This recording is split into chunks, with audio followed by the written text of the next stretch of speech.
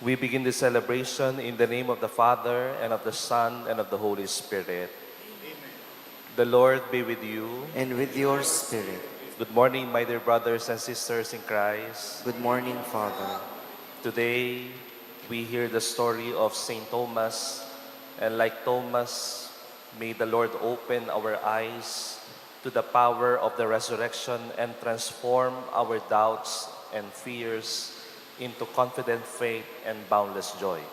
Today, we also celebrate the Divine Mercy Sunday, promoted by Saint Faustina.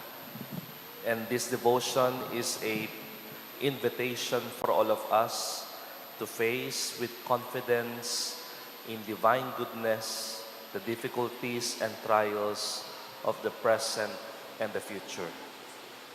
In this Mass, let us acknowledge our sins and so prepare ourselves to celebrate the sacred mysteries.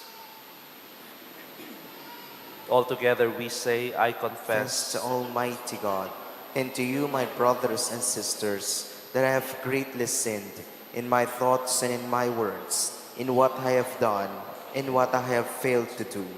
Through my fault, through my most grievous fault. Therefore I ask Blessed Mary, ever Virgin, all the angels and saints, and you, my brothers and sisters, to pray for me to the Lord our God. May Almighty God have mercy on us, forgive us our sins, and bring us to everlasting life. Amen.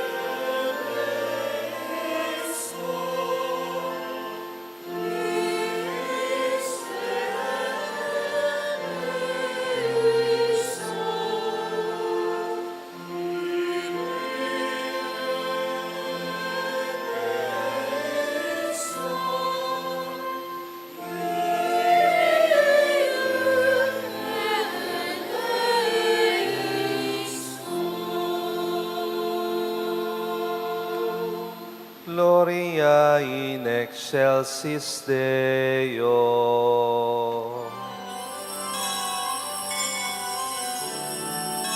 Gloria, Gloria, in excelsis Deo. Gloria, Gloria, in excelsis Deo. Et in terra passo minibus. Et in terra passo minibus. Laudamus Te,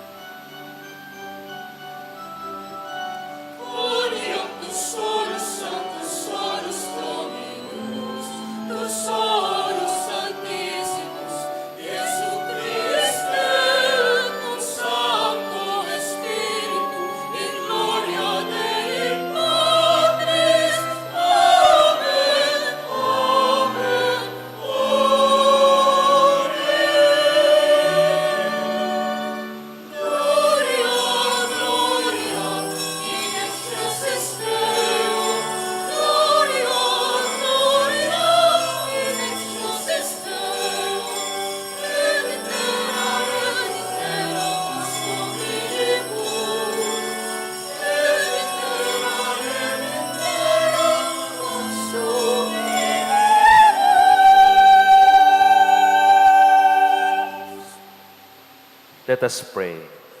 God of everlasting mercy, who in the very recurrence of the Paschal feast kindled the faith of the people you have made your own, increase, we pray, the grace you have bestowed, that all may grasp and rightly understand in what font they have been washed, by whose Spirit they have been reborn, by whose blood they have been redeemed.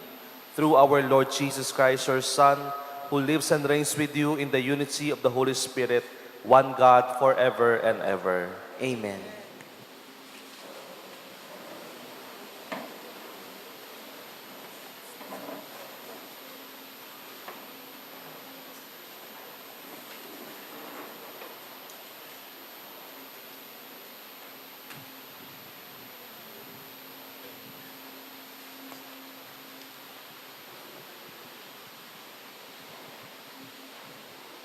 A reading from the Acts of the Apostles. They devoted themselves to the teachings of the apostles and to the communal life, to the breaking of bread and to the prayers. Awe came upon everyone, and many wonders and signs were done through the apostles. All who believed were together and had all things in common. They would sell their property and possessions and divide them among all according to each one's need. Every day they devoted themselves to the meeting together in the temple area and to the breaking bread in their homes. They ate their meals with exaltation and sincerity of heart, praising God and enjoying favor with all the people. And every day the Lord added to their number those who were being saved. The word of the Lord. Thanks be to God.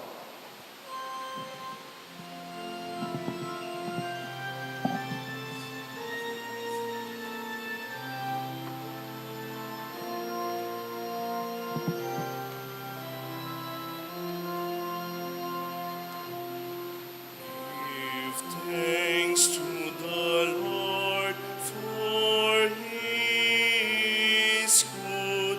His love is everlasting.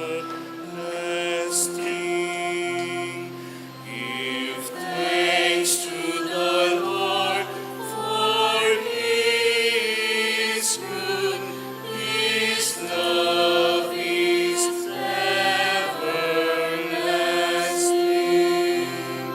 Give thanks to the Lord, for He is good. His love is everlasting.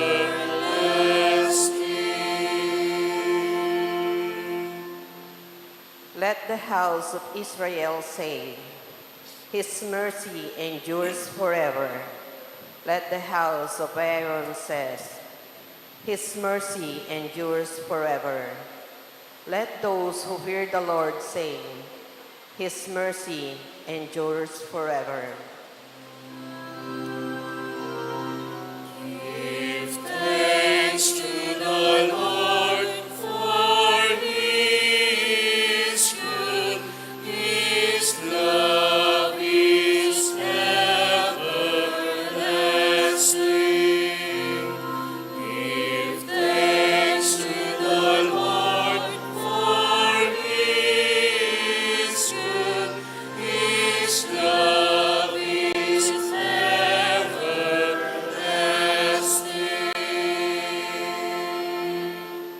I was hard pressed and was falling, but the Lord helped me.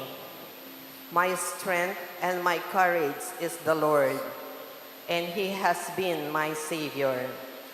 The joyful shout of victory in the tents of the just. Give thanks to the Lord, for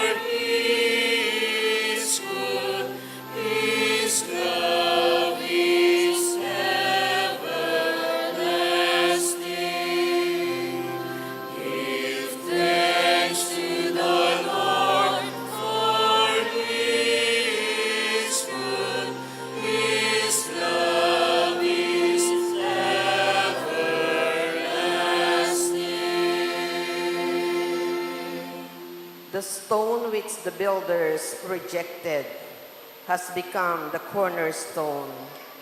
By the Lord has this been done. It is wonderful in our eyes. This is the day the Lord has made. Let us be glad and rejoice in it. Thanks to the Lord, for He is good. His love is everlasting. Give thanks to the Lord, for He is good. His love is everlasting. Give thanks to the Lord, for He is good. His love is everlasting.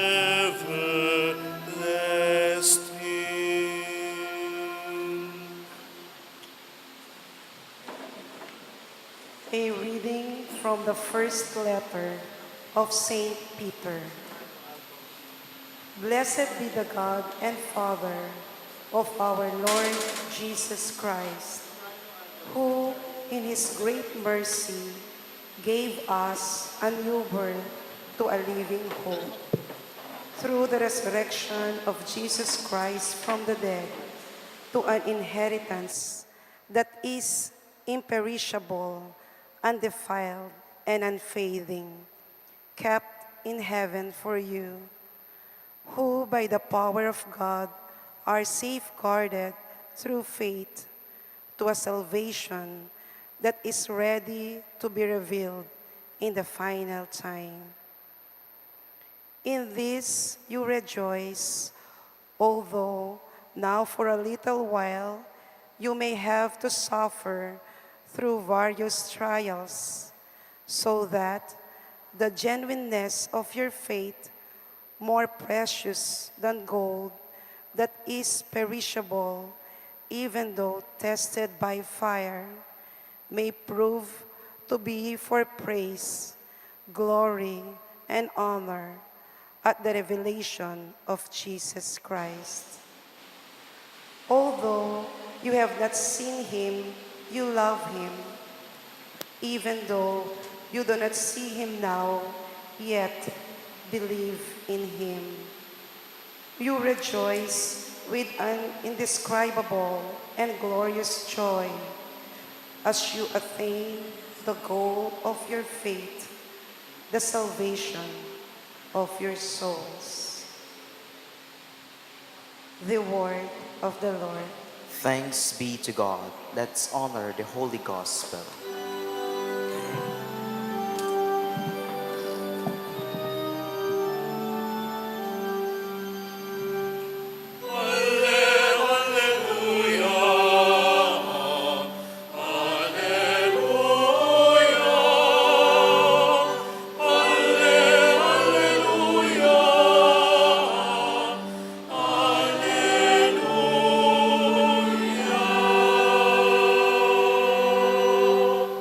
You believe in me, Thomas, because you have seen me, says the Lord. Blessed are they who have not seen me, but still believe.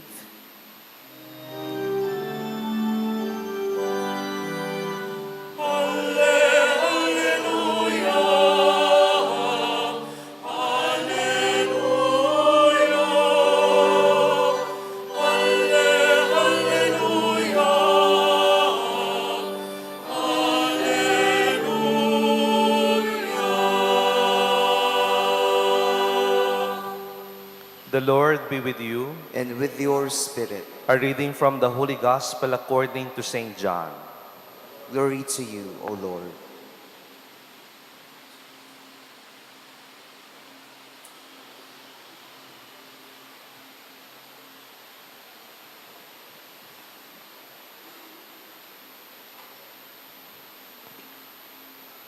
On the evening of that first day of the week, when the doors were locked, where the disciples were, for fear of the Jews, Jesus came and stood in their midst and said to them, "Peace be with you." When he had said this, he showed them his hands and his side. The disciples rejoiced when they saw the Lord. Jesus said to them again, "Peace be with you. As the Father has sent me, so I send you." And when he had said this, he breathed on them and said to them, "Receive the Holy Spirit. Whose sins you forgive are forgiven them, and whose sins you retain are retained." Thomas, called Didymus, one of the 12, was not with them when Jesus came. So the other disciples said to him, "We have seen the Lord." But he said to them, "Unless I see the mark of the nails in his hands, and put my finger into the nail marks, and put my hand into his side, I will not believe." Now a week later, his disciples were again inside, and Thomas was with them. Jesus came, although the doors were locked, and stood in their midst and said, "Peace be with you." Then he said to Thomas, "Put your finger here and see my hands, and bring your hand and put it into my side, and do not be unbelieving, but believe." Thomas answered and said to him, "My Lord and my God." Jesus said to him, "Have you come to believe because you have seen me? Blessed are those who have not seen and have believed." Now Jesus did many other signs in the presence of his disciples that are not written in this book. But these are written that you may come to believe that Jesus is the Christ, the Son of God, and that through this belief you may have life in his name. My dear friends, the gospel of the Lord. Praise.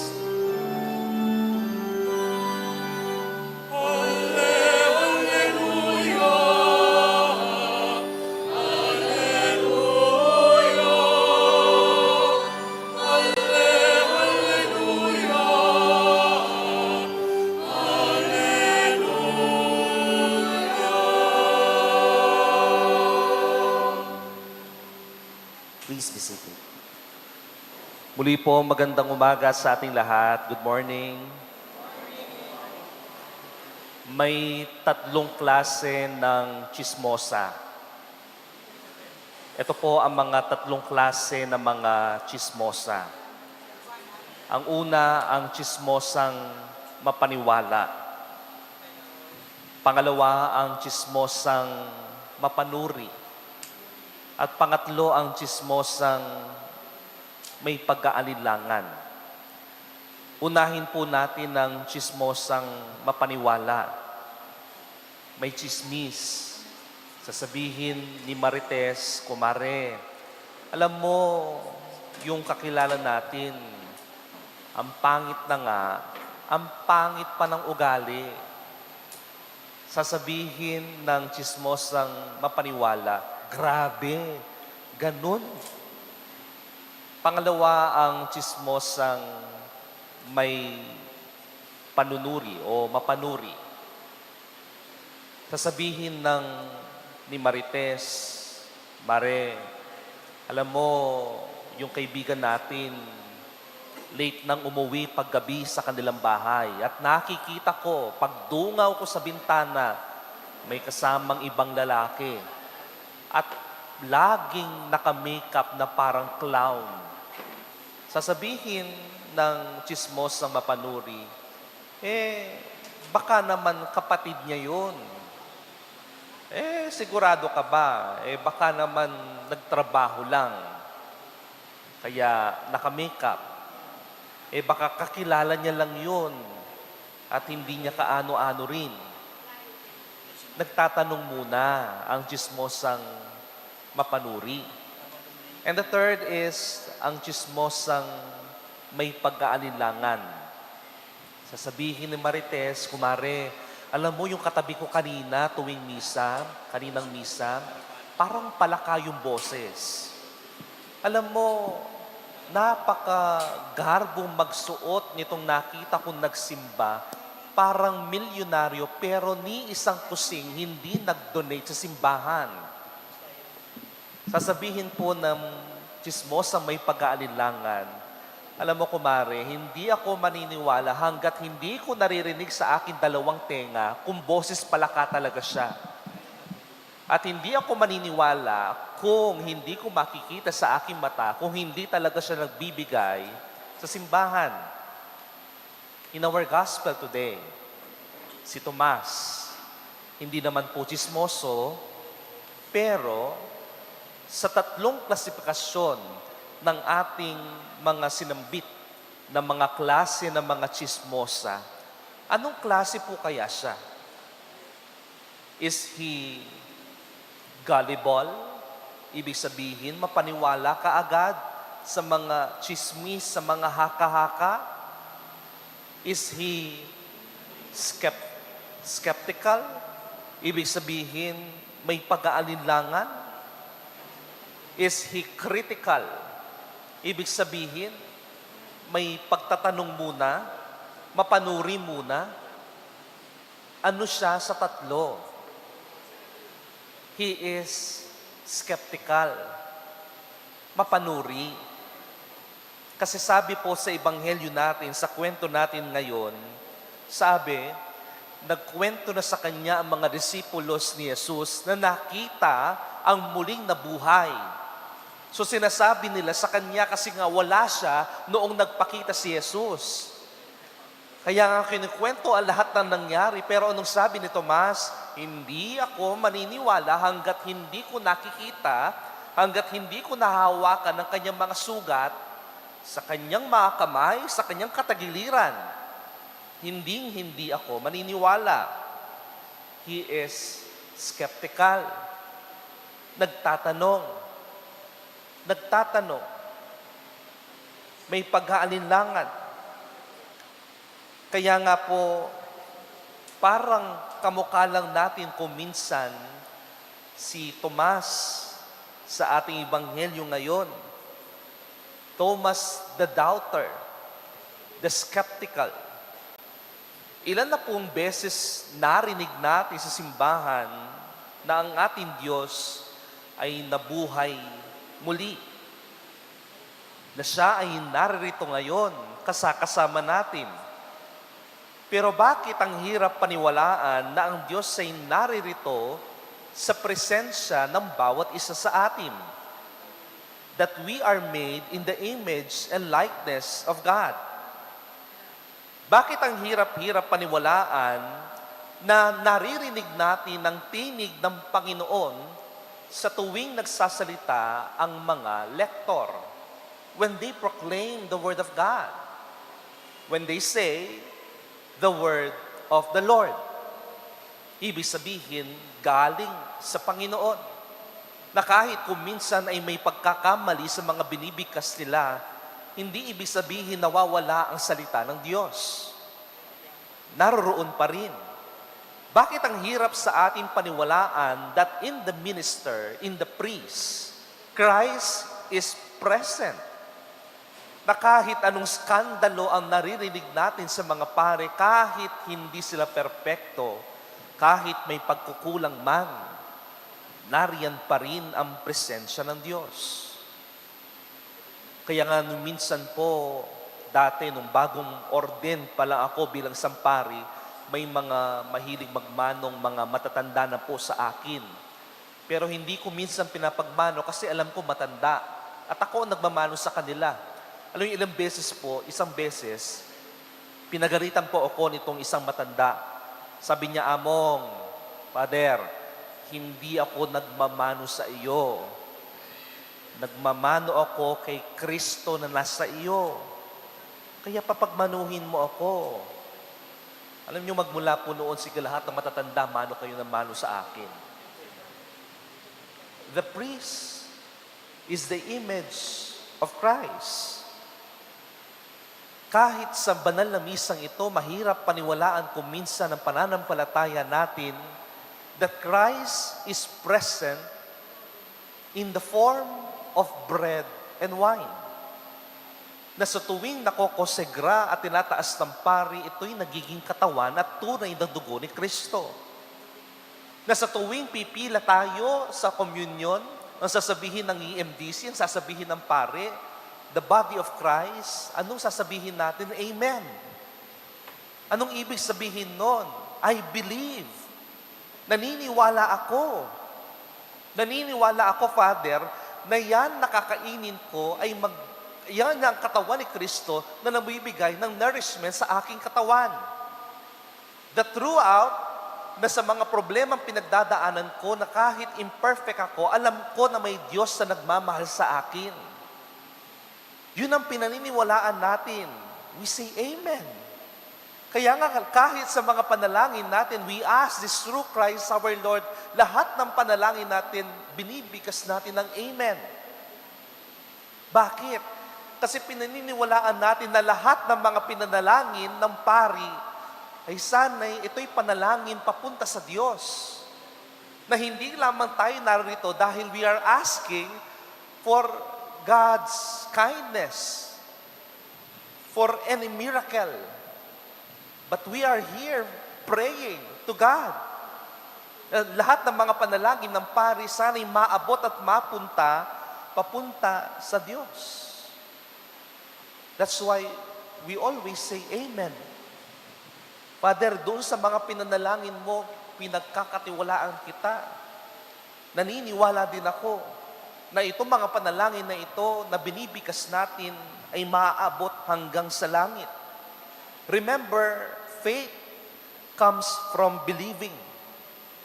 Ang pananampalataya ay kahit wala kang nakikitang ebidensya, ikaw pa rin ay naniniwala. Yun ang pananampalataya. Kahit wala kang ebidensyang nakikita, pero naniniwala at nagtitiwala ka pa rin, that is faith. Faith is a decision that moves beyond what can be proven. So it is a decision to trust in God, na magtiwala lang sa Panginoon. Sabi nga po ni Jesus sa Ebanghelyo natin ngayon, mapapalad ang mga naniniwala kahit hindi nila ako nakita. Kahit hindi nila ako nakita. Tayong lahat, hindi naman po natin nakasalamuha ng personal si Jesus nung siya'y nabuhay. More than 2,000 years ago, tayong lahat, wala pang buhay noon. Pero bakit ngayon, meron pa rin tayong mga banal na misa? Bakit ngayon, ginugunita pa rin natin ang mga liturgical celebrations? Kasi tayo ay naniniwala. And we are blessed. Blessed are you. Kahit hindi ninyo ako nakita, pero kayo ay naniniwala. Sakto po ngayon ay Divine Mercy Sunday. Noong taong 1930, Jesus revealed to Sister Faustina, now a saint, the secrets of His divine mercy and requested na Sunday after Easter be celebrated as Feast of Divine Mercy. Sa bawat panalangin po na ating sinasambit sa Divine Mercy tuwing 3:00 ng hapon, may nakasulat din po sa bandang ilalim ang kanyang larawan. Ang sinasabi natin, Jesus, I trust in you. Napapansin po ninyo, nagtitiwala kami sa iyo. Pakiulit nga po natin, Jesus, I trust in you. Buong-buo ang pagtitiwala natin sa Diyos. Naniniwala tayo kahit alam nating walang mga ebidensya. Kahit walang mga ebidensya. Kaya kahit anumang unos at bagyo, kahit anumang problema, hindi man po natin madalas maintindihan kung bakit binibigyan tayo ng mga ganitong problema, Hindi man natin lubos na maintindihan ang pananampalataya natin, hindi man natin lubos na maintindihan at maunawaan paano gumagalaw ang pagmamahal at presensya ng Diyos, ito lang ang kinakailangan. Ang magtiwala tayo at maniwala na totoo, buhay na buhay ang presensya ng Diyos. Amen? Please stand. We proclaim our faith. I believe in God, the Father Almighty, creator of heaven and earth, and in Jesus Christ, his only Son, our Lord, who was conceived by the Holy Spirit, born of the Virgin Mary, suffered under Pontius Pilate, was crucified, died, and was buried. He descended into hell. On the third day he rose again from the dead. He ascended into heaven, and is seated at the right hand of the God, the Father Almighty. From there he will come again to judge the living and the dead. I believe in the Holy Spirit, the Holy Catholic Church, the communion of saints, the forgiveness of sins, the resurrection of the body, and life everlasting. Amen. let us plunge into our Father's loving mercy that is greater than sin, evil, suffering, and death. We raise our petitions to Him, knowing that His great mercy will never fail us. Let us pray. Lord, we trust in You. Lord, we trust in You. May grace and mercy be felt and experienced by all the faithful through the ministry and mission entrusted to Pope Leo, bishops, priests, deacons, and all consecrated men and women, we pray. Lord, we trust in You. May peace, unity, and progress be the goal of our local and national leaders, so that, like the apostles, they may attend to the needs of our communities, especially of those who are in need. We pray. Lord, we trust in You. May those who, like Thomas, live in doubt, anxiety, and fear, be strengthened by the peace and redemption won for us by the risen Lord as they face life's challenges and difficulties. We pray. Lord, we trust in You. May all of us gathered here be immersed in the ocean of divine mercy, so that we may live as ministers of the Lord's peace and reconciliation. We pray. Lord, we trust in You. May our departed ones face the Lord, not as the exacting judge, but a merciful Savior and friend on their day of judgment. We pray. Lord, we trust in You. Let us pray for the urgent concerns of our community and our personal intentions. We pray. Lord, we trust in You. God our Father, in Jesus You have shown us Your boundless love and infinite mercy. We entrust our lives to Your merciful care. We ask this through Christ our Lord. Amen.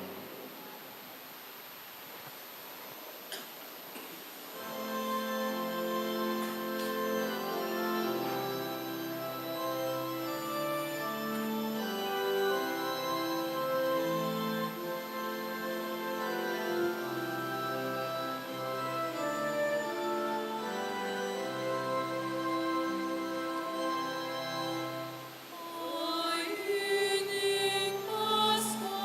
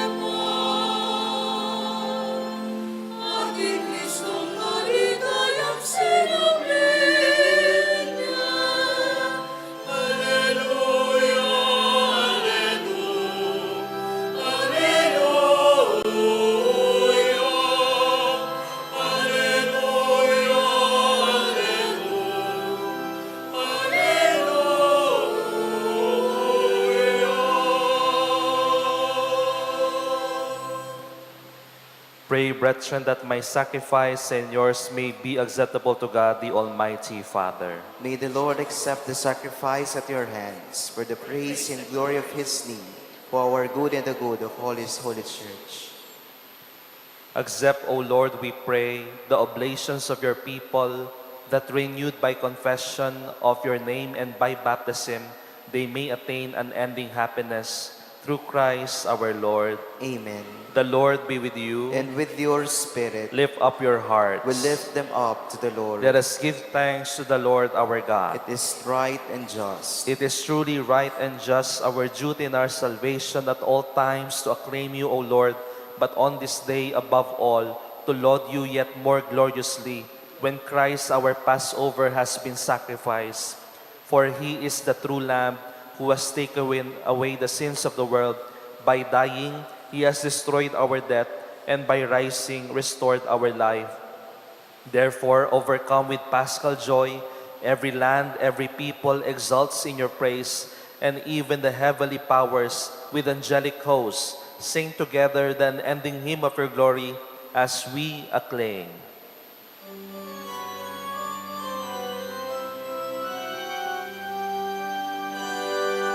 Sanctus, Sanctus, Sanctus, Dominus Deus Sabaoth.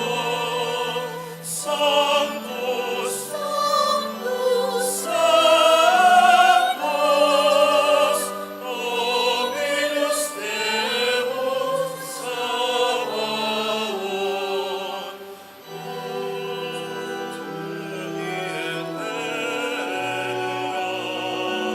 Gloria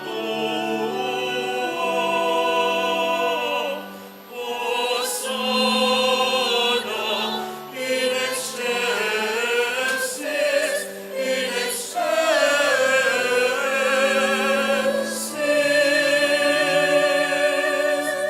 Sanctus, Sanctus, Sanctus, Dominus Deus Sabaoth. Sanctus, Sanctus, Sanctus, Dominus Deus Sabaoth. Benedictus qui venit in nomine Domini. Sanctus, Sanctus, Dominus Deus Sabaoth. Sanctus, Sanctus, Dominus Deus Sabaoth.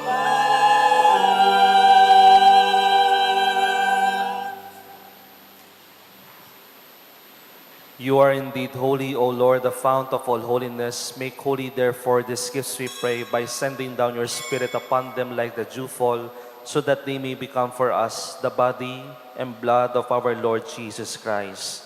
At the time he was betrayed and entered willingly into his passion, he took bread, and giving thanks, broke it, and gave it to his disciples, saying, "Take this, all of you, and eat of it, for this is my body, which will be given up for you."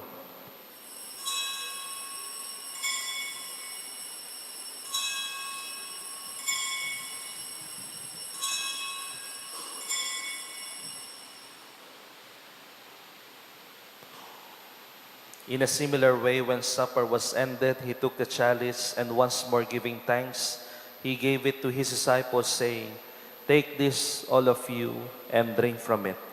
For this is the chalice of my blood, the blood of the new and eternal covenant, which will be poured out for you and for many for the forgiveness of sins. Do this in memory of me."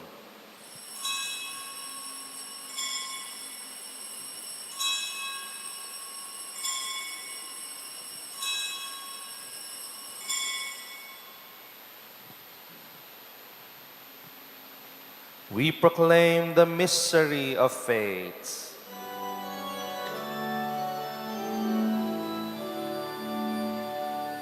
Sinubli ang bebye, Alleluia.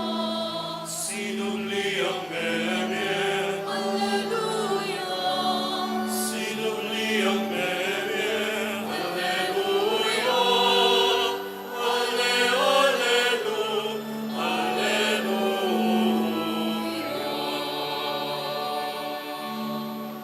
Therefore, as we celebrate the memorial of his death and resurrection, we offer you, Lord, the bread of life and the chalice of salvation, giving thanks that you have held us worthy to be in your presence and minister to you. Humbly we pray that partaking of the body and blood of Christ, we may be gathered into one by the Holy Spirit. Remember, Lord, your church spread throughout the world and bring her to the fullness of charity, together with Leo, our Pope, Florentino, our Archbishop, all the bishops, priests, deacons, religious, and all you have gathered this morning. Remember also our brothers and sisters who have fallen asleep in the hope of the resurrection, and all who have died in your mercy. Welcome them into the light of your face. Have mercy on us all, we pray, that with the Blessed Virgin Mary, Mother of God, with blessed apostles, and all the saints, especially Saint Faustina, who have pleased you throughout the ages, we may merit to be co-heirs to eternal life and may praise and glorify you through your Son, Jesus Christ. Through him, with him, and in him, O God, Almighty Father, in the unity of the Holy Spirit, all glory and honor is yours forever and ever. Amen, alleluia. Amen, alleluia. Amen, alleluia. Amen, alleluia. At the Savior's command, informed by divine teaching, we dare to pray.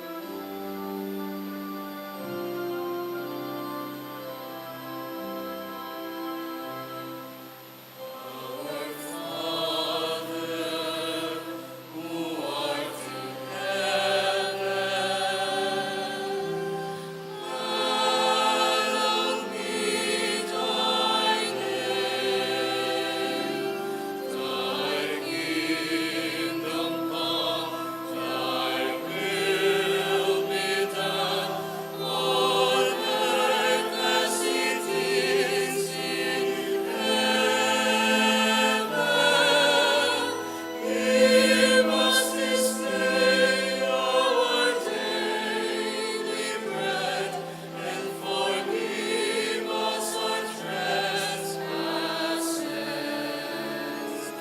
as we forgive those who trespass against us.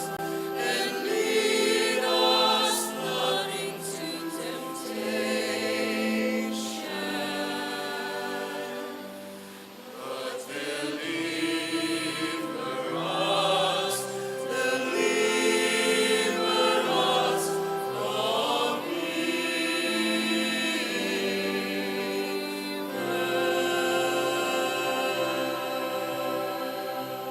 Deliver us, Lord, we pray, from every evil. Graciously grant peace in our days, that by the help of your mercy, we may be always free from sin and safe from all distress, as we await the blessed hope and the coming of our Savior, Jesus Christ. For the kingdom, the power, and the glory are yours now and forever.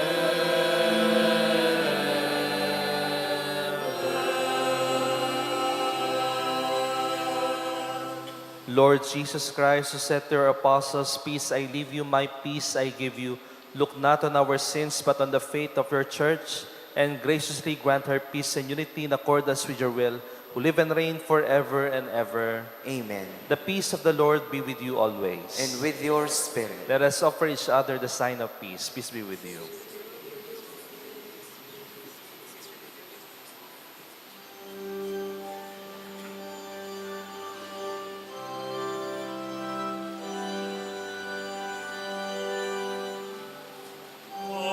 Agnus Dei qui tollis peccata mundi.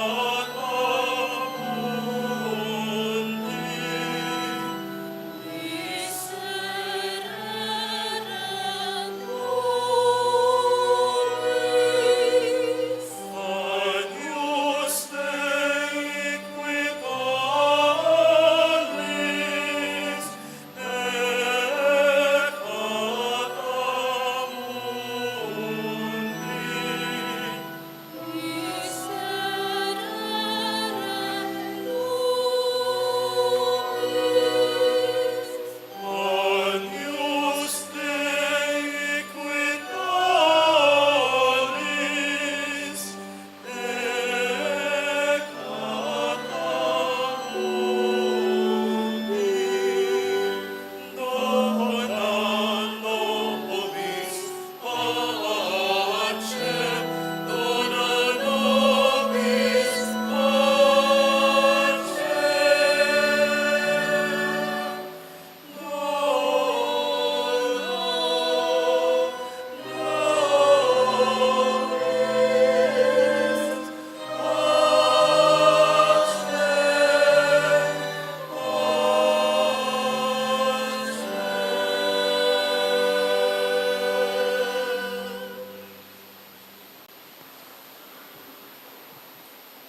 Behold the Lamb of God. Behold him who takes away the sins of the world. Blessed are those called to the supper of the Lamb. Lord, I'm not worthy that you should enter under my roof, but only say the word, and my soul shall be healed.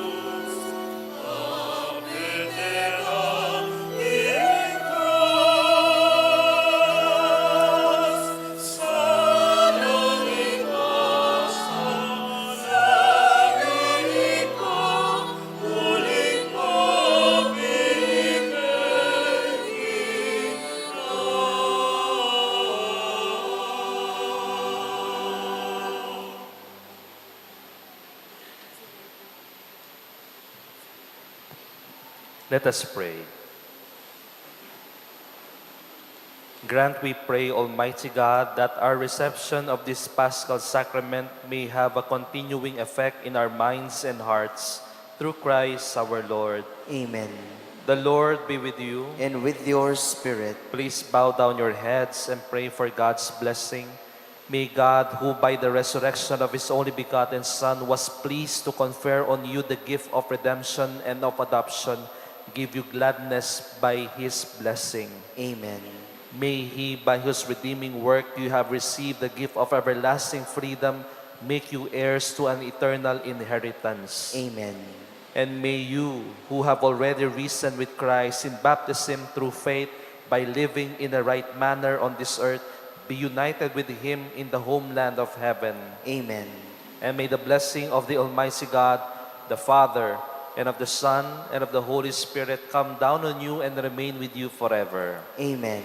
Our celebration has been offered. Go in peace, glorifying the Lord by your life. Alleluia, alleluia. Thanks be to God. Alleluia. Alleluia. Good morning po sa ating lahat.